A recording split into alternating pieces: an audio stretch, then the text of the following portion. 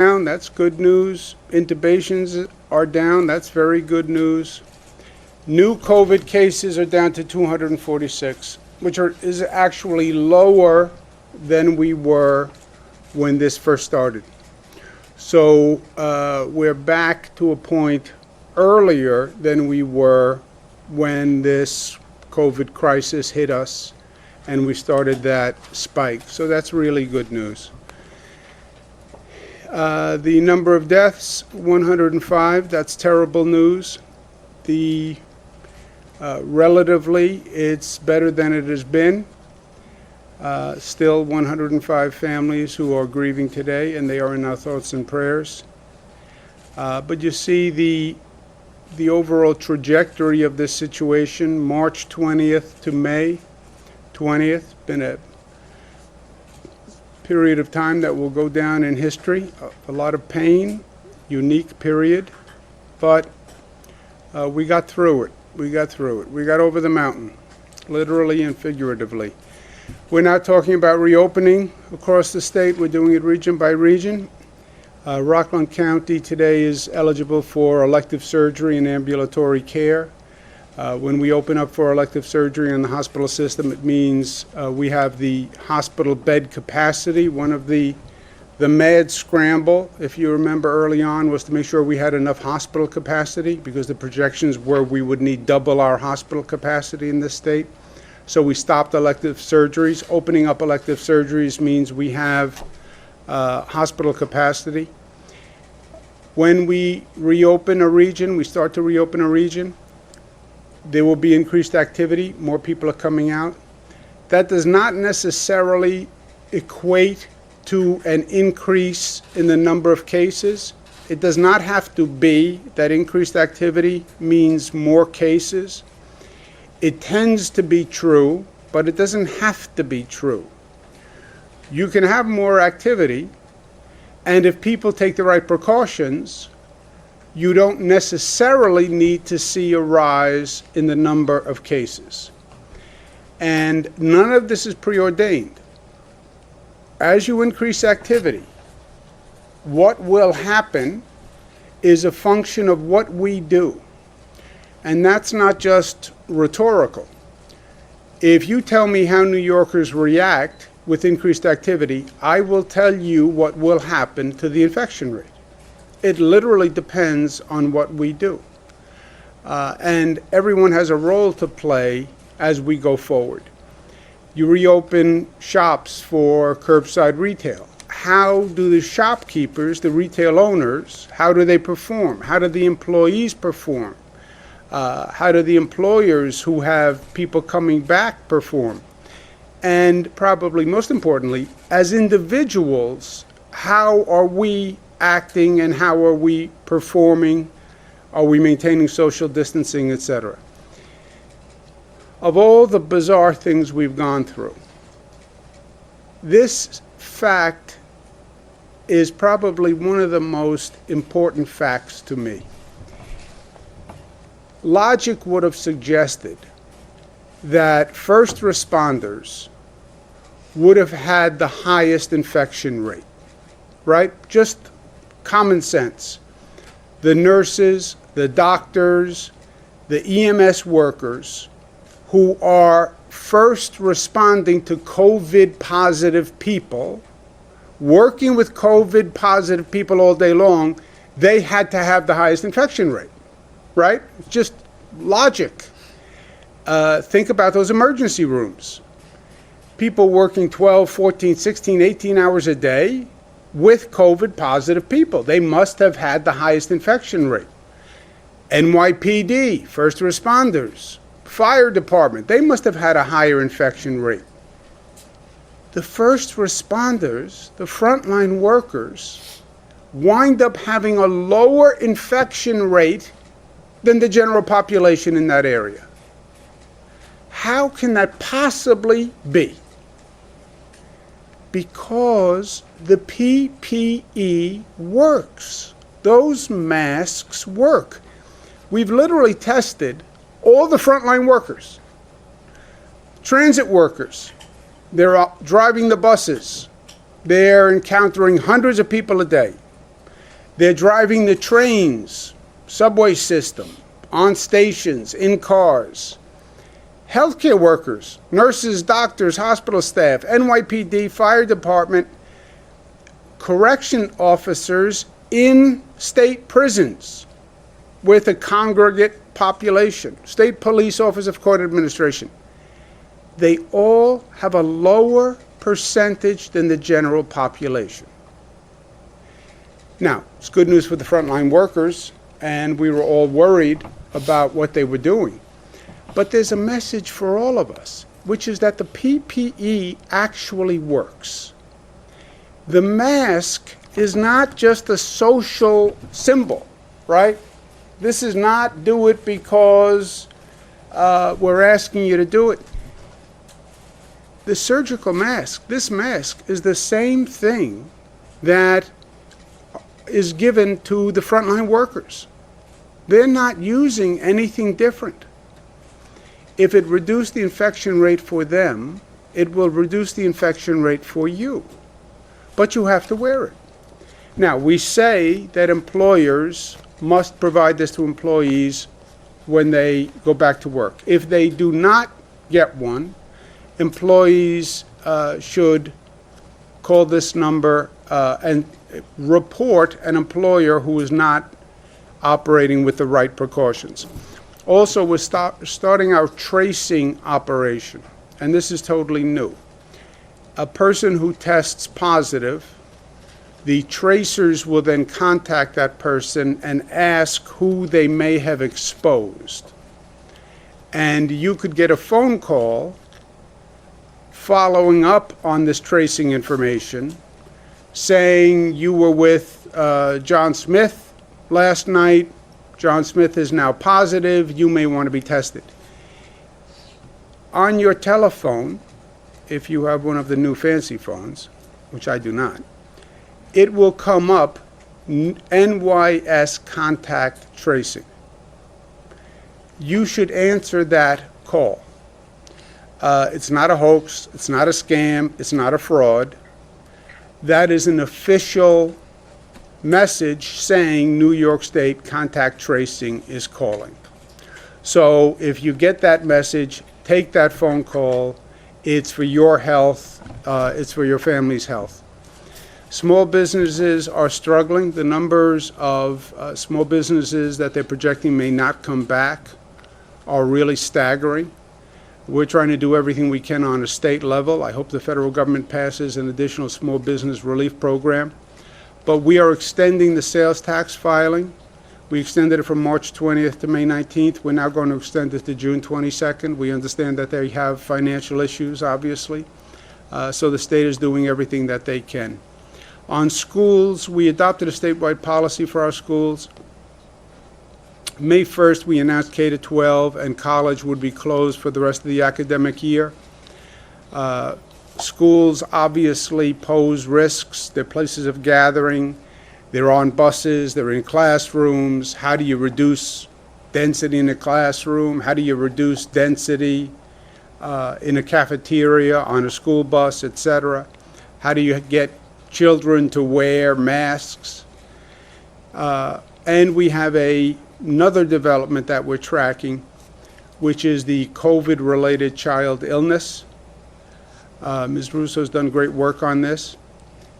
I believe, and I've said this from the start, this did not present as a COVID situation because it's not respiratory.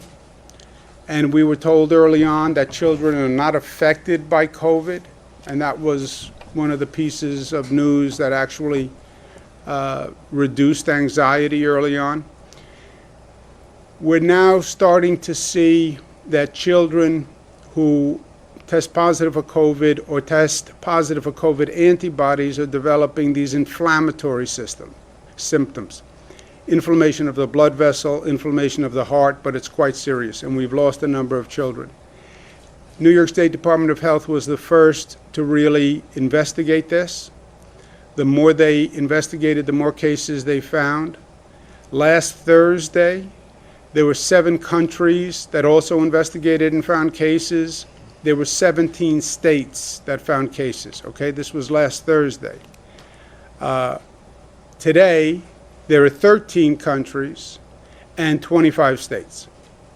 This is one of those situations where the more they look, I believe the more they're going to find.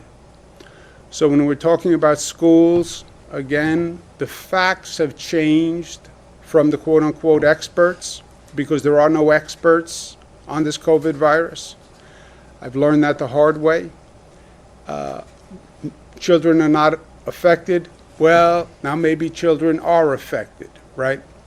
And when you're talking about schools and you're talking about children and you're talking about density, exploring the situation and making sure that this is not a widespread situation affecting children. They're not even sure the duration after the COVID exposure that this might occur, because this is all a case of first impression. But this is a related issue that does affect children, and obviously it's something we're very concerned about. So, question was on summer school. Would summer school open? Summer school is not going to open statewide for in-class teaching. It will be through distance learning, and meal programs and child care services for essential employees will continue. As in terms of opening up school for the fall, it's still too early to make that determination. We want to get more information on this inflammatory syndrome.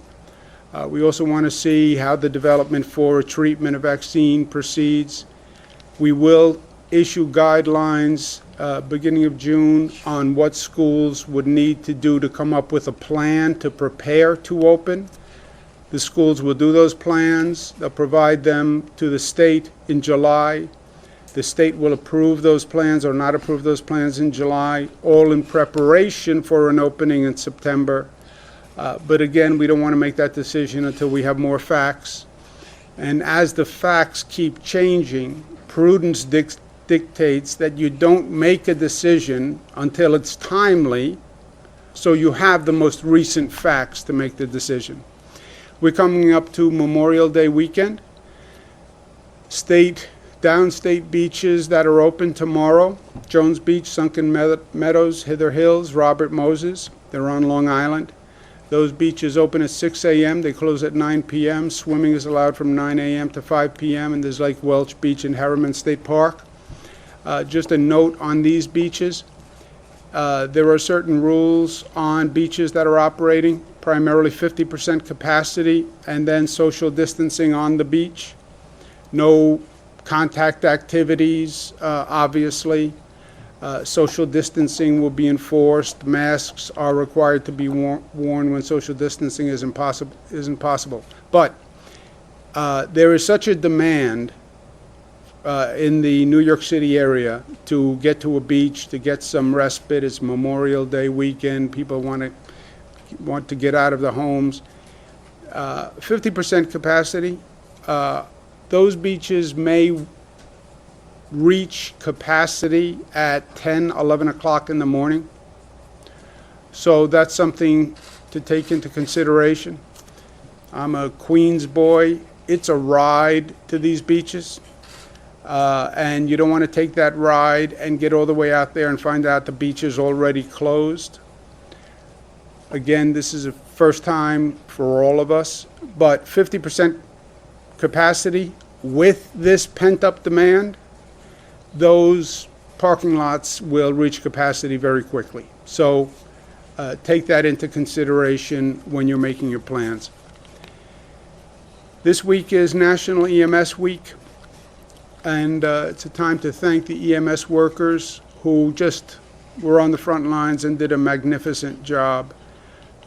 Some of them actually gave their lives to this, and we are all very, very grateful to them, the EMS workers as well as all the frontline workers.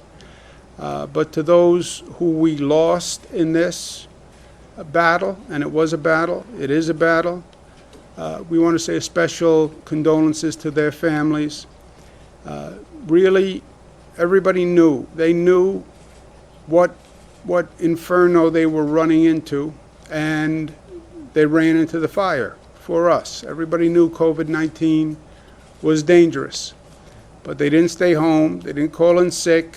Some people volunteered to come from across the country to help us here in New York, and they lost their lives. We should remember that.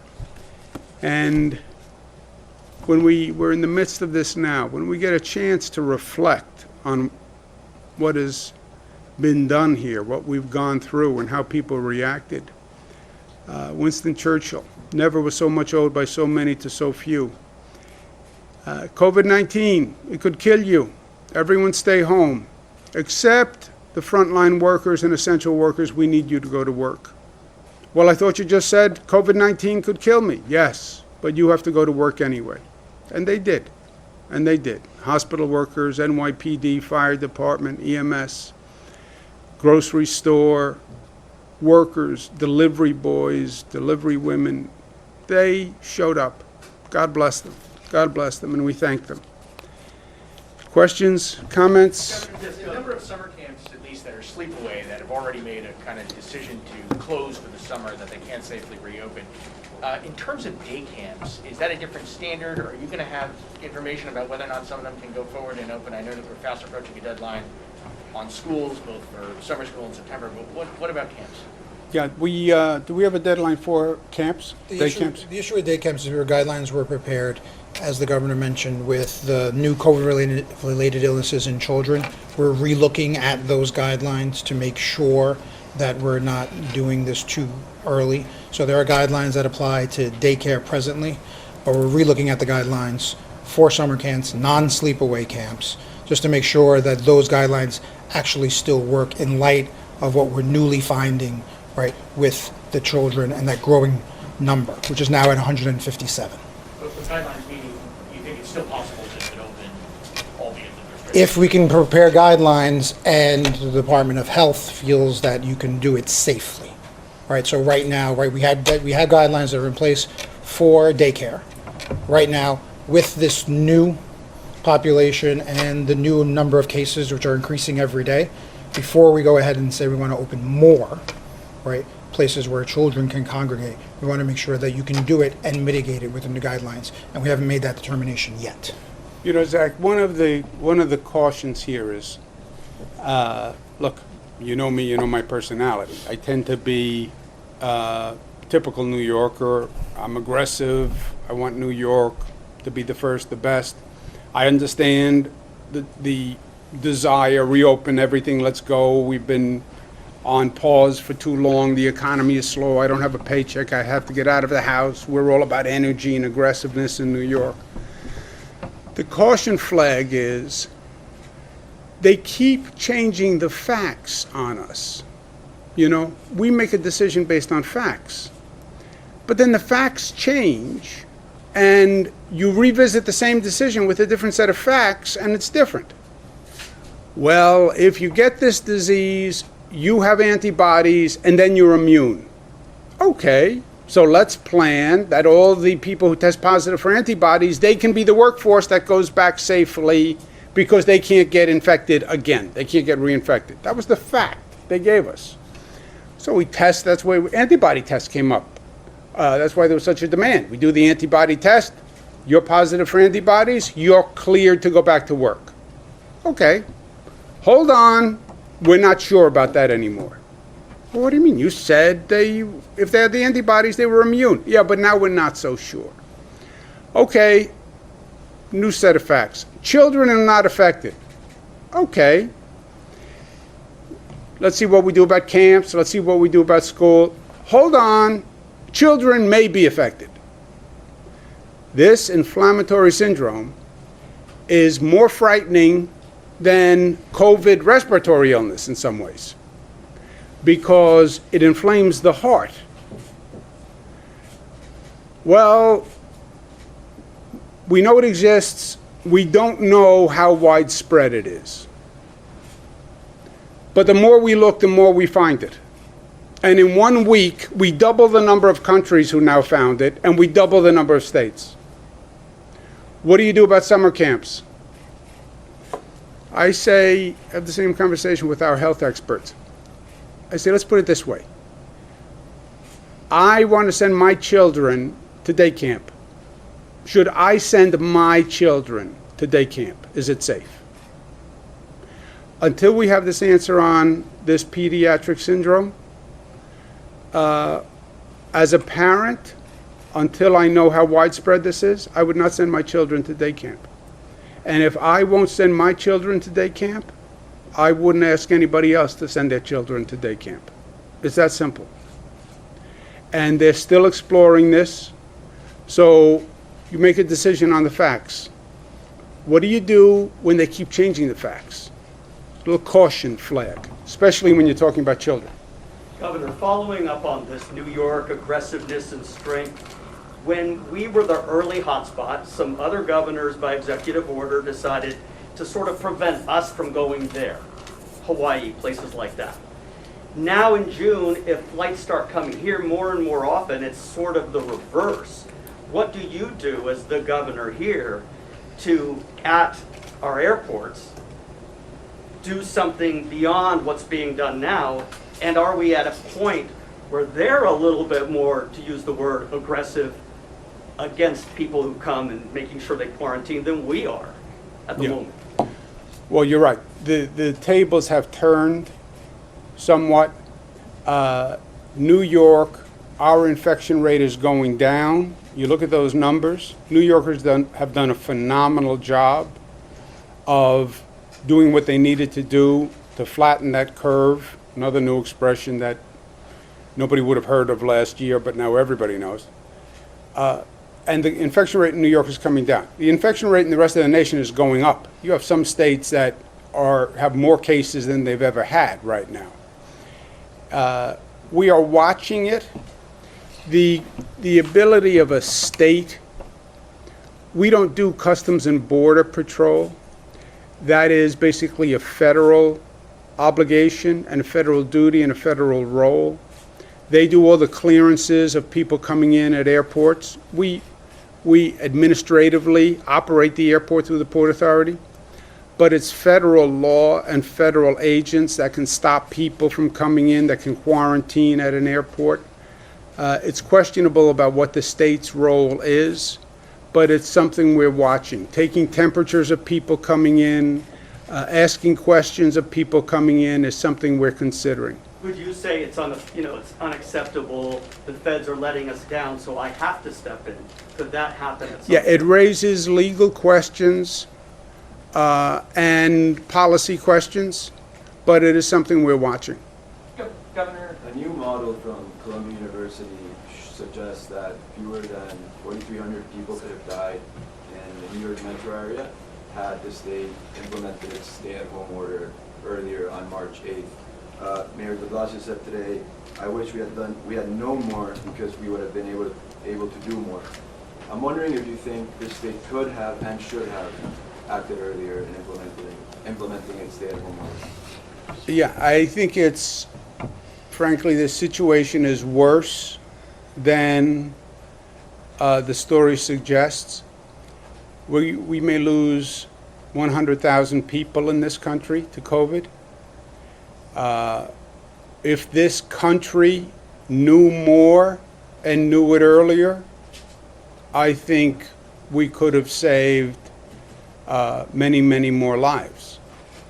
I mean, when you think about it in retrospect, the virus is in China November and December.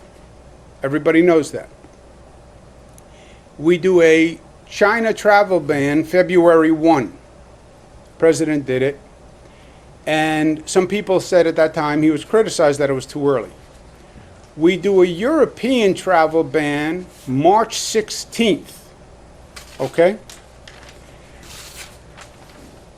By the time you get to March 16th, it starts in China November, December. You then have January, February, March.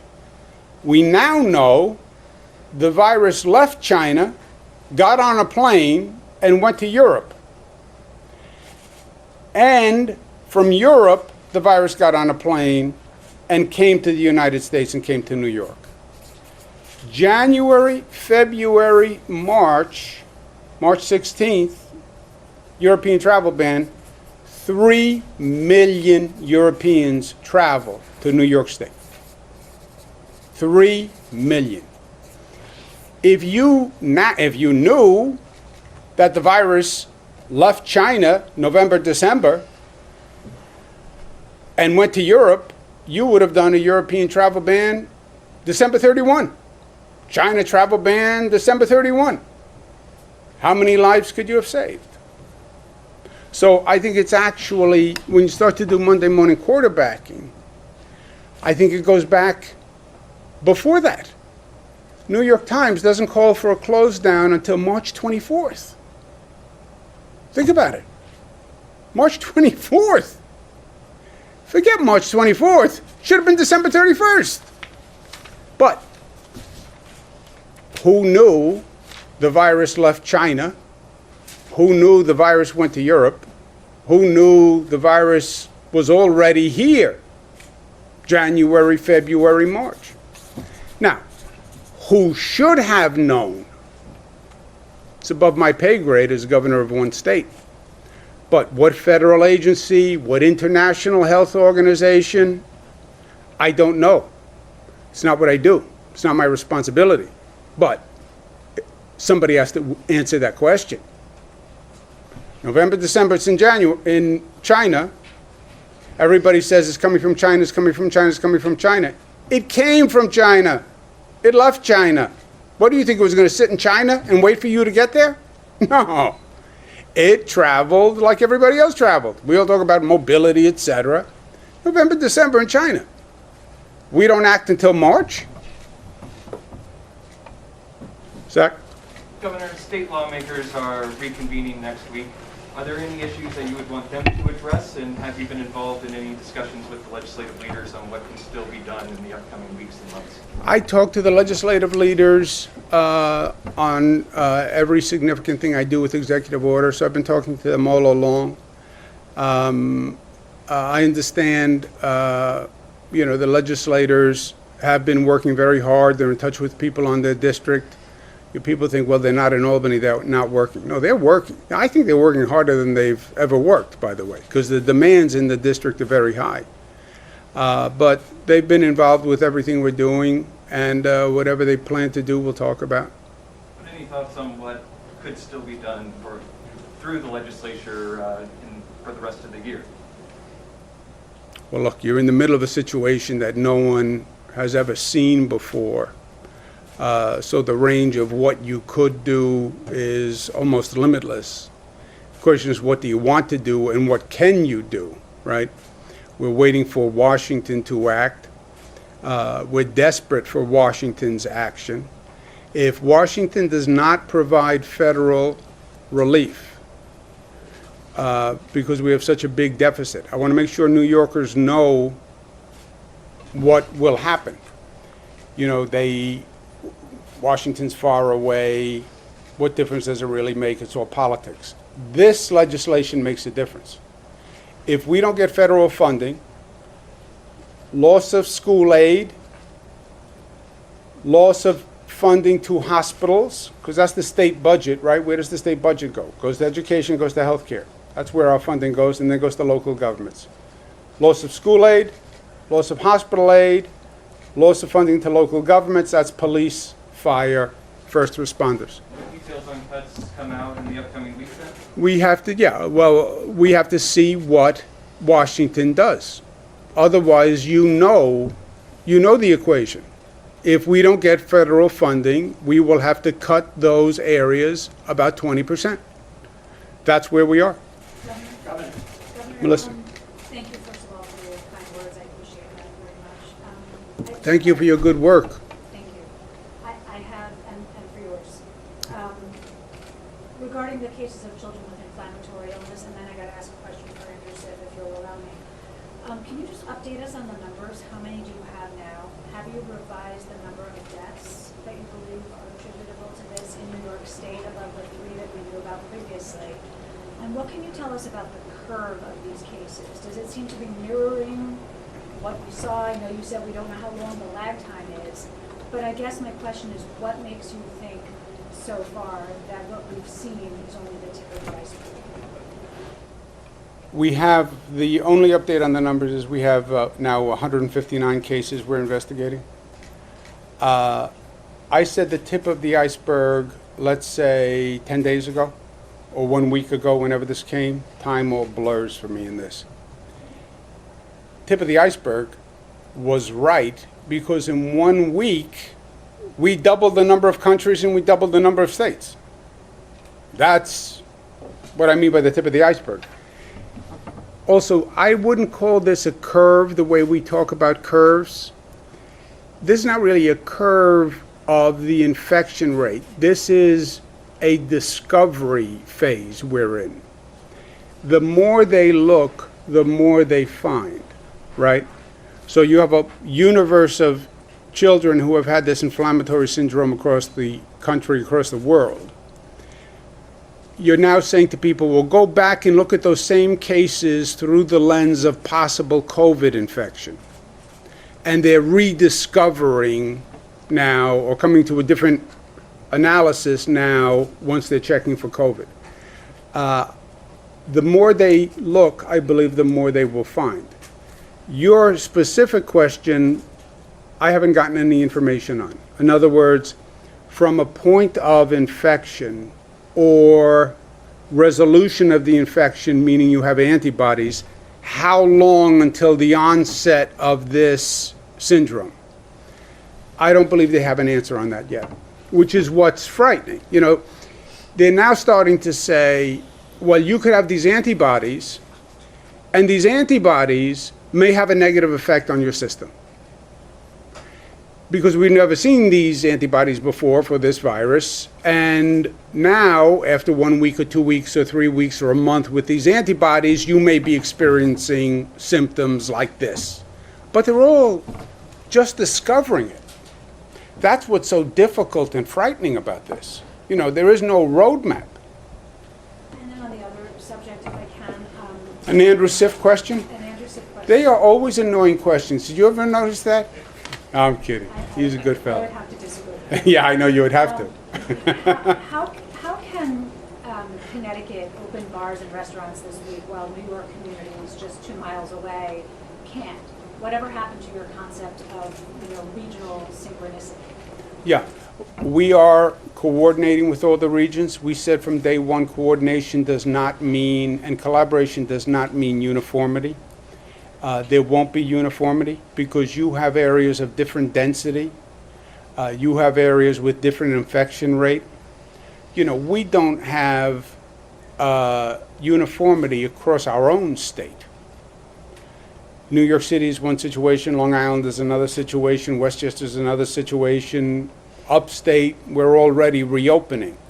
So it's not uniformity, it's collaboration, because what we do in Albany might affect the Mid-Hudson, might affect what they do in Jersey, might affect what Connecticut does, might affect. So it's the collaboration, and that has been going well. But Connecticut has a different situation than we have here in terms of density, numbers, infection rate, hospitalization rate. Their reality is a different reality. Governor, when it came to shutting down, the shutdown of the schools, it seemed the city and the state were on different pages.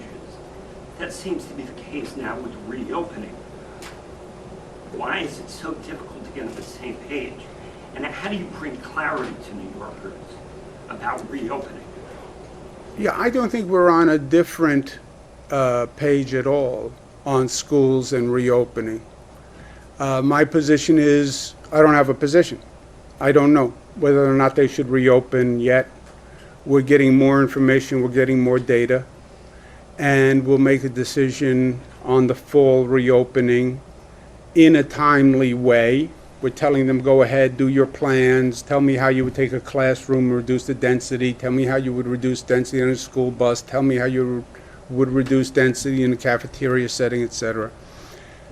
Give us those plans by July, and then we have to make a decision about September. But I don't think there's a difference of opinion or position between the state and the city. Are you aware of that? No, we speak to the city 17 times a day. We've been in lockstep on everything. The indicators that they laid out initially line up almost identically with our indicators.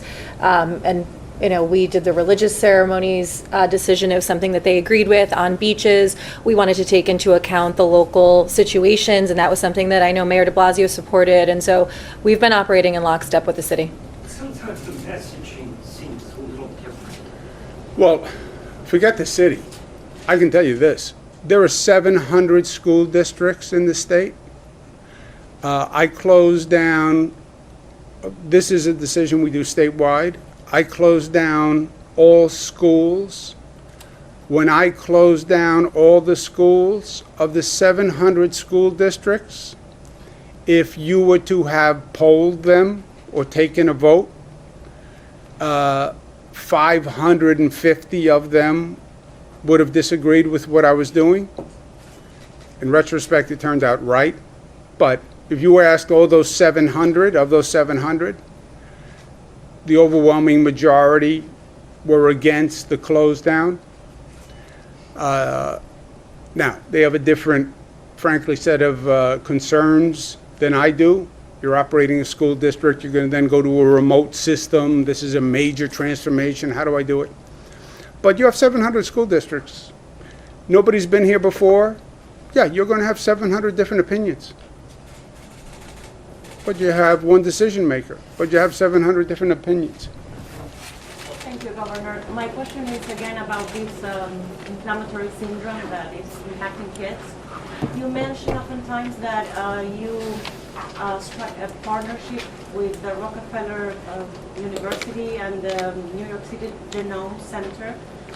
Could you please elaborate on what the goal of that partnership is and if they have any findings so far or if it's too early? And also if you can talk about, initially I think you said it was affecting children of all races, but then the doctors discovered that there's a pattern and it's affecting more minority children. Yeah, I can get you the breakdown of the number of children. The work with Rockefeller and the Genome Center is they're trying to figure out why these children. Is there something in their DNA code? Is there some common denominator among these children? Why are these children affected when other children aren't infected? That's basically what they're trying to find out. There hasn't been any recent development of any significance. This kind of research tends to be time intensive, but they're trying to figure out what it is and why is it, and are certain children more at risk?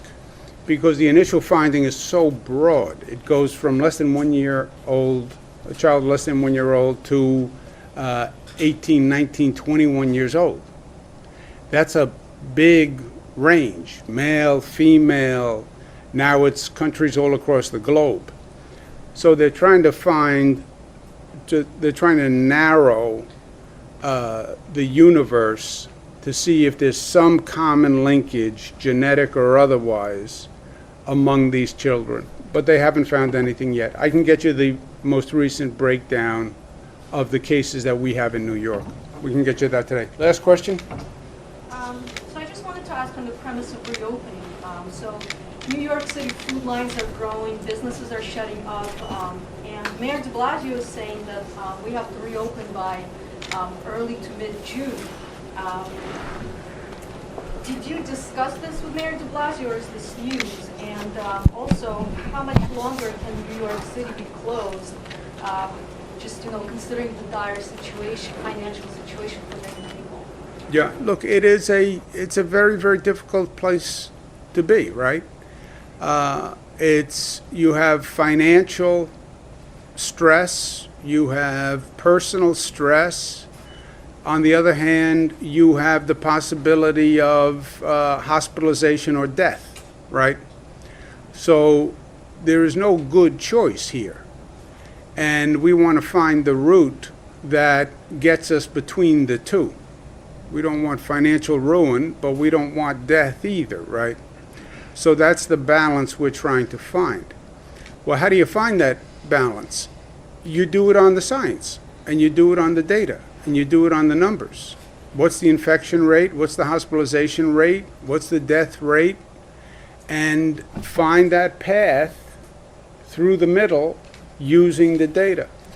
And we have the best scientific thinking and the best data analysis, and we have a set of 7 criteria that just measure the infection rate and the spread, again, which is determined by how people act. That's why when you have these gatherings at parks or at bars and nobody's wearing a mask, you know, we have nobody to blame but the person in the mirror, right? It's our actions that are creating the infections. But we have those mathematical metrics, and they guide the reopening for New York City, like they do for Nassau and Suffolk and Westchester and Buffalo and Rochester. Same numbers, same metrics all across the state. It's just how that locality fits with those metrics. And you can't do it by time. If you make those numbers tomorrow, you open tomorrow. If you make them in a month, then you reopen in a month. But you don't reopen until you can reopen safely. Because the last thing we want is to go back where we were on the other side of the mountain, right? We saw the spike. We then saw a very slow decline that took a lot of pain and a lot of time. We don't want to make a mistake now and go back to a spike. That would be the worst case scenario. And if I could just add, I don't believe that that's what Mayor de Blasio said. I believe what Mayor de Blasio said is, it looks like we're on track for June based on the metrics, with a big asterisk for what happens between now and then. And again, we are on the exact same page with them. Based on the metrics, that is what it looks like. Thank you, guys. Yes, he said we all have the same numbers and the same criteria. The only question is when we hit those numbers, and that comes down to what people do. So I'm watching Zach Fink. I'll see you guys. Thank you.